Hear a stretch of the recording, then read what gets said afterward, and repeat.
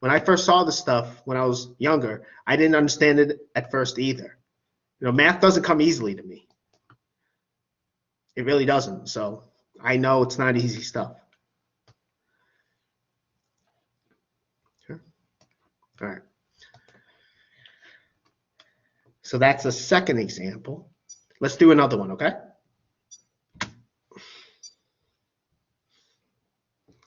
Now, again, if I go too fast, say something. I won't get upset. So for this one here, this one's going to be a little bit different. For one, the second term and the fourth term, right? They have opposite signs. One of them you're subtracting, the other one you're adding. And I did write this in the, the first slide. When you have opposite signs with the second and fourth term, you want to make sure you factor out a negative from the second group. It might just be -1, but you'll see that you want to factor out a negative. Also here, as you'll see, it's actually down here. This minus, we have subtraction here. But between the second and third term, at least I always do this, I like to have addition. And actually, you'll see why when I get down here. I think it's easier to have addition. All right. So let's find the GCF first.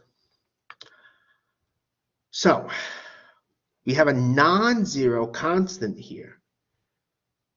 Okay, so that tells us that m must be 0. The GCF has no x's in it. For the coefficients and the constant term, okay? If we look at the factors of 7 and 5 alone, I mean, we could also include 28 and 20, but we don't have to. You'll see why. For 7 and 5, right? 7, the factors of 7, it's just 1 and 7. 5, its factors are 1 and 5.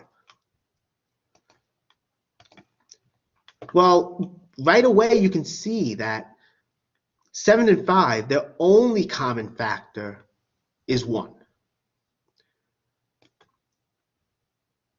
So the only common factor of 7 and 5 is 1. Well, then the only common factor among all the coefficients and the constant term has to be 1. The only common factor among the coefficients and the constant term, it can only be 1. So that tells us the greatest common factor among the coefficients and the constant term here must be 1.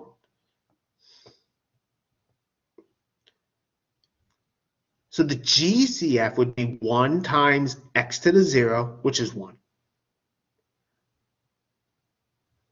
5 and 7, these are actually examples of prime numbers, meaning their only factors are 1 and the number itself.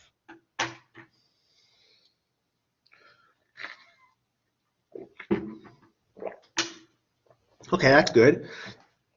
So now let's make those two groups. That is, we put parentheses in. So we have these 4 terms, right? Okay. Now, what we do then, what I like to do again is change between the second and third term. I like to have addition. So I'm going to make this subtraction and change it to adding the negative. So this subtraction, I'm going to change to adding the negative. Adding the negative. And once I do that, then I can just put parentheses in. Now, why do you have to be kept? Why do I, like to have addition here? Well, let's say I didn't change. Let's say I kept subtraction there, And let's say without thinking, I just said, oh, let me put parentheses in, like so. Right? So I put parentheses in. But this is actually not the same as the original thing we started with. algebraically. So if I keep the subtraction here and I put parentheses in, what I have here is not the same as the original problem. I actually show below, it's really just by distributing, you're going to get something different, as you can see. So you don't have to change the sign here into adding the negative, but if you don't, you have to be extra careful with the parentheses. So I hope that makes sense. Like so.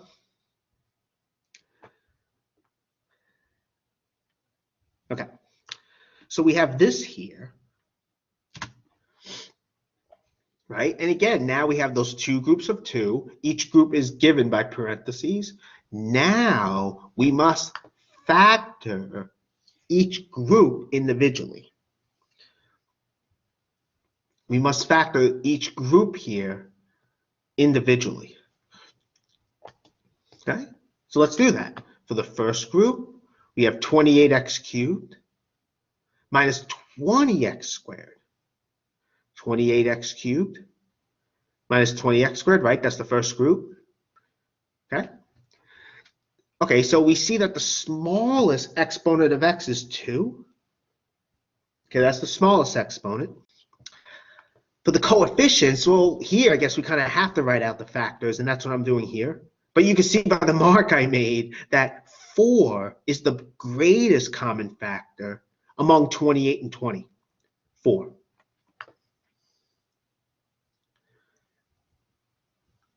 So that tells us for the first group here, B is 4, and the GCF for this group is 4 times x squared.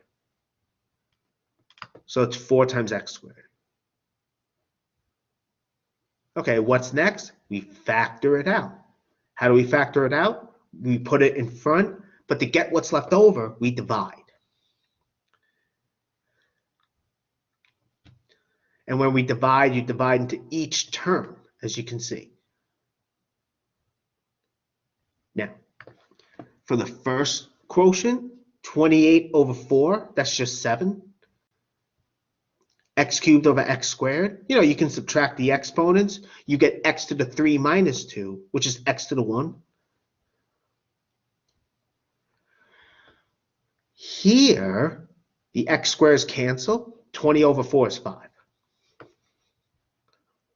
So this is the first group.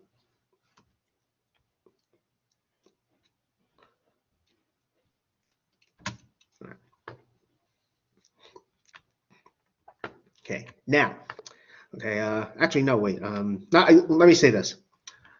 So this is for the first group. Now, remember, you want the same thing in parentheses among both groups. Well, here, we have, let me say it again. We want, in parentheses here, we want the same thing to appear. Here, after we factor, we have 7x minus 5 in parentheses.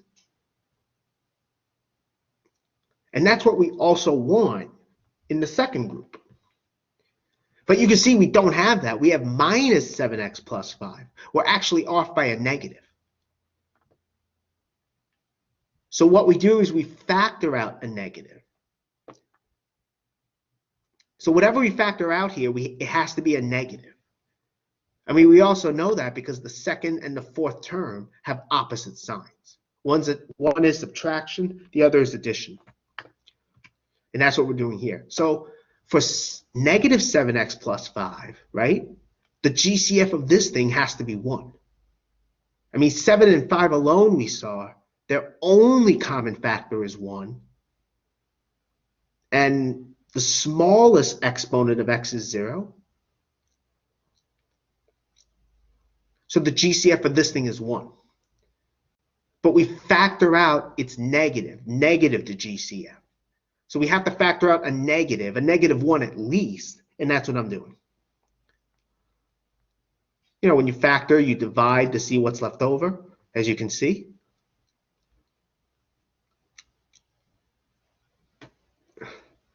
And we get negative 1 times 7x minus 5.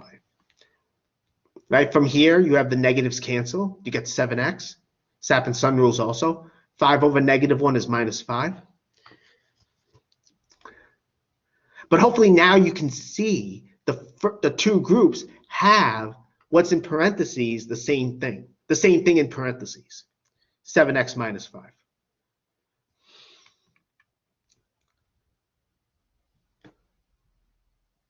Right, we had 7x minus 5 here, but we originally had negative 7x plus 5. But by factoring out a negative, we took care of that. And we knew to factor out a negative because, again, the second and fourth term had opposite signs. One's a minus, one's a plus. Now, let's bring it all to an end. So here, we put these in, right? Into the groups. We have this. So we now have 7x minus 5 in both. We're going to take that out, and that's what I'm doing here, as you can see. That comes out in front, right? We divide to see what's left over. When we divide, the 7x minus 5 cancels, and we're left with 4x squared plus minus 1, which of course is 4x squared minus 1.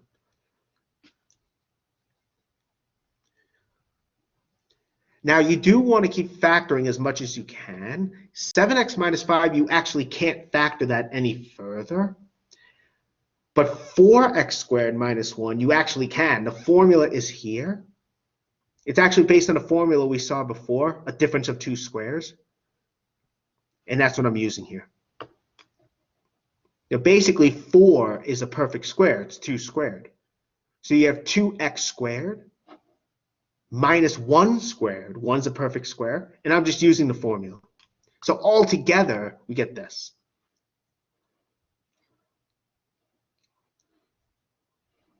Okay. That's what we get there.